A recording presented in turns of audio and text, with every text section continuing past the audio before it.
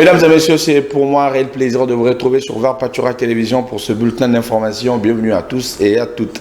À la une de l'actualité, la situation sécuritaire à l'est de la RDC se présente de la manière suivante. Les affrontements ont opposé depuis hier, mercredi 8 janvier 2024-25, le FARDC au rebelle M23 rwandais sur la chaîne de montagne des Kaongolais surplombant la cité de Massissi centre, mais une accalmie relative a été observée sur d'autres lignes de combat où l'armée de la RDC a pu récupérer quelques localités. C'est le cas de Kiwili près de Saké dans les regroupements Baoumbe ainsi que Gougou et Murambi. Plus de détails dans ce reportage de Rachel Adassadiwala.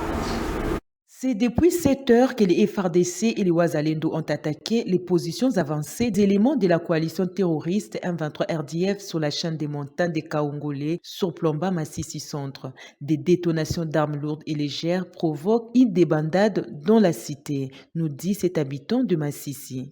Depuis 7 heures, il y a affrontement sur la chaîne des montagnes de Kaongolais, la chaîne qui surplombe la cité de Massissi. En tout cas, ils sont plus que déterminés à les bouter de Massissi centre et même d'autres agglomérations environnantes. Une accalmie relative est observée à Saké et ses environs où les forces régulières ont pu reconquérir la colline de Kiwili. Et toujours dans ces chapitres, la représentante spéciale du secrétaire général des Nations Unies en République démocratique du Congo, Bintou Keïta, a condamné la récente offensive menée par le mouvement du M23 pour la prise de la ville de Massissi centre dans le Nord Kivu. Bintou Keïta a insisté à cet effet sur le respect de l'intégrité territoriale de la République démocratique du Congo. Suivez-les. Selon la chef de la mission de l'Organisation des Nations Unies pour la stabilisation en RDC, cette attaque tragique a causé la mort d'au moins 7 civils et entraîné le déplacement de dizaines de milliers de personnes, exacerbant ainsi la crise humanitaire déjà sévère dans l'est de la RDC. Le M23 qui, selon le groupe d'experts des Nations Unies, est soutenu par des forces extérieures d'un État voisin, a violé l'accord de cessez-le-feu signé le 30 juillet 2024 entre la RDC et le Rwanda. Au 4 janvier, le M23 a pris la ville de Massissi, centre administratif du territoire du même nom, lit-on dans un communiqué de la MONUSCO. Bintou Keïta a par ailleurs insisté sur l'importance du respect de l'intégrité territoriale de la RDC en réitérant l'engagement ferme de l'Organisation des Nations Unies à soutenir ce principe fondamental. Cette escalade de violence qui affecte cruellement les populations civiles constitue un tournant tragique en début d'année 2025 et doit cesser immédiatement. J'exprime mes plus sincères condoléances aux familles des victimes de ces atrocités. Je déplore la reprise des offensives militaires au Nord Kivu et appelle toutes les parties à soutenir pleinement le processus de paix de Luanda en cours sous l'égide du président Joao Lourenço, a déclaré Bintou Keïta. Profitant de l'occasion, Bintou Keïta a réaffirmé l'engagement inébranlable de la MONUSCO à promouvoir la paix, la sécurité et la stabilité en RDC. Elle a également appelé toutes les parties prenantes à œuvrer de manière constructive en vue de mettre fin aux violences et parvenir à une solution pacifique. Et en société, la société civile du Sud Kivu existe des enquêtes sérieuses au sujet de l'exploitation illicite de minerais et autres graves violations de droits humains et droits environnementaux. Elle a exprimé à travers une marche pacifique organisée le mercredi 8 janvier 2025 à Bukavu. Une plainte a été déposée au parquet du Sud de Kivu contre AC. Suivez. Les jeunes et les femmes sont les premières victimes de l'exploitation illicite des minerais dans notre province. Leur environnement est détruit et pollué. Ces derniers subissent la loi du plus fort devant le silence complice de leurs autorités. C'est l'un des messages clés qu'on pouvait lire à travers des banderoles brandies par la société civile du Sud Kivu lors de la marche pacifique. À travers la dite marche, la société civile du Sud Kivu voulait dire non à l'exploitation illicite des minerais dans leur province, appelant les autorités à cesser d'être complices des sociétés, dont la plupart à capitaux chinois, qui gaspillent les ressources naturelles dont le gain pouvait être orienté vers le développement des entités. Cette marche pacifique avait pour point de chute le gouvernorat de la province. Le gouverneur Jean-Jacques Peroussi étant empêché à déléguer son DIRCAB pour recevoir les manifestants. Ces derniers se sont par la suite rendus au palais de justice du Sud Kivu où une plainte dénonçant la fraude minière dans la province a été déposée. Et puis on va prendre ce sujet très sensible, la nouvelle grille tarifaire de transport en commun rendue publique récemment, ne pas bien accueillie par le conducteur de taxi et taxibus. Ces derniers affirment qu'au regard de plusieurs aspects n'a pas été pris en compte avant la fixation de la nouvelle grille tarifaire. Il est difficile que le prix confirmé soit respecté. Ida Maloba et Junior Kumba signent ce reportage. Ces conducteurs de transport en commun déclarent noir sur blanc qu'il est impossible pour eux de respecter la nouvelle grille tarifaire mise en place par l'hôtel de ville de Kinshasa. Si on a ticket à 500 francs, donc là c'est que Simbaté. Nous le disons clairement qu'il nous est impossible de respecter la nouvelle grille tarifaire en tenant compte de plusieurs réalités que nous rencontrons sur la route. Le taxi de rond-point Willery à Lemba coûtera toujours 5 000 francs congolais. S'il s'agit de nous battre, nous allons nous battre, mais le prix restera intact. Certains conducteurs estiment qu'il serait préférable de convoquer leur délégation pour une étude de faisabilité avant d'en arriver à cette fixation. Par rapport à la grille tarifaire,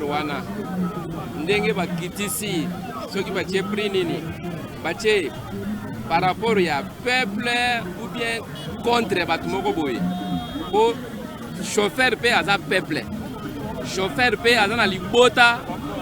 La nouvelle grille tarifaire n'a pas tenu compte d'une catégorie de la population, les conducteurs que nous sommes. Nous avons également des exigences à remplir dans nos foyers. Toujours est-il qu'il fallait nous convoquer préalablement, nous du domaine du transport, pour qu'on étudie ensemble les paramètres avant d'aboutir à la fixation de la nouvelle grille tarifaire.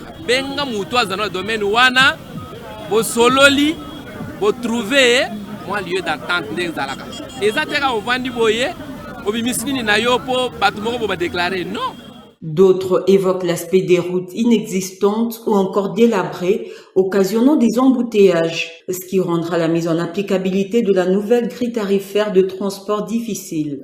De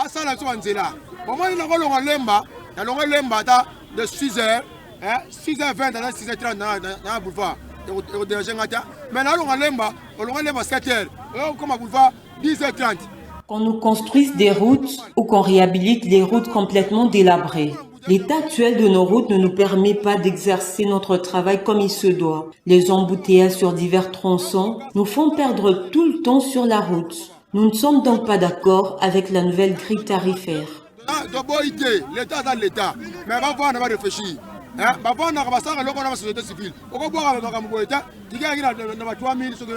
Il faut souligner que dans la nouvelle grille tarifaire de transport, certains tronçons que les conducteurs fixaient à 4 000 voire 5 000 francs congolais ont été revus à 2 000, 1 500 voire 1 000 francs congolais. La population continue tout de même à déplorer le manque de suivi des mesures prises par les autorités.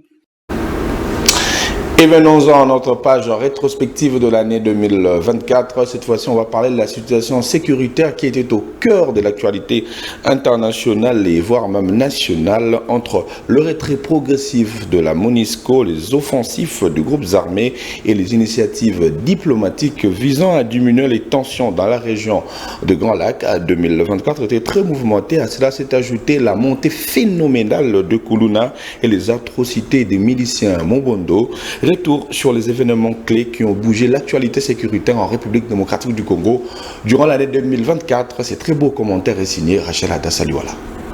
Sur les plans sécuritaires, l'année 2024 a été marquée par le retrait de la MONUSCO du Sud Kivu. La mission des Nations Unies au Congo a finalisé son retrait, marquant ainsi une nouvelle phase de désengagement avec une concentration sur l'Ituri et le Nord Kivu. Ceci s'est fait par l'adoption d'une feuille de route provinciale pour assurer la stabilisation et le suivi après son départ du Sud Kivu. Toujours en 2024, il y a eu signature d'un cessez-le-feu entre la République démocratique du Congo et le Rwanda sous la médiation de l'Angola, un accord qui n'a pas été respecté sur le terrain, alors que c'était censé apaiser les tensions et réduire les activités du M23 dans le Nord Kivu. Le constat est que, juste après la signature, les rebelles du M23 ont lancé une offensive majeure, récupérant ainsi plusieurs localités stratégiques, notamment dans les territoires de Rutshuru, sous la bénédiction de son parrain Paul Kagame, qui a par ailleurs brillé par son absence quelques mois plus tard égard à la tripartite Angola, RDC, Rwanda. Le gouvernement congolais a eu la même année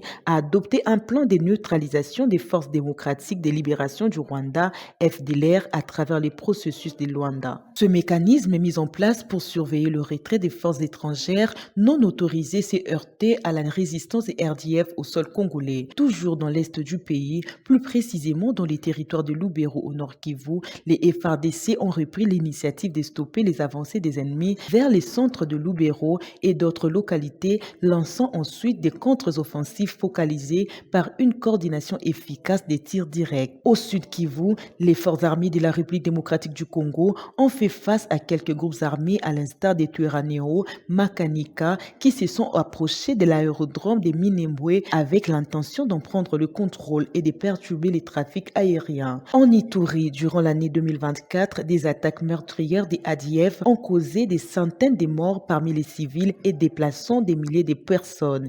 Les FARDC ont renforcé les mesures de sécurité autour des territoires de Djougou, Irumu et Mahagi, épicentre des violences. Par ailleurs, dans le Haut-Katanga, les forces armées de la République démocratique du Congo poursuivent leurs opérations contre les miliciens des Bakata-Katanga dans des opérations appelées Usalama. Tout au long de l'an 2024, les tensions ont persisté dans la région occidentale avec la présence des miliciens Mobondo qui continuent de faire des ravages dans une grande partie de la région. Toutefois, l'opération Ngemba des FARDC reste concentrée sur les triangles Grand Bandundu, Kinshasa, Congo central, visant à traquer ce milicien Mobondo qui se serait installé dans les territoires de Popo-Kabaka. L'année 2024 a connu également la montée en flèche du phénomène Kuluna dans plusieurs quartiers à Kinshasa, faisant beaucoup de victimes. Les autorités ont eu à lancer les opérations pour y mettre fin, à l'instar de l'opération Dobo, la traque au Kuluna dans la ville. Plus loin encore, des mesures drastiques ont été prises par les gouvernements, telles que la peine de mort contre tout bandit urbain qui sera appréhendé. À la fin de l'année 2024, il y a eu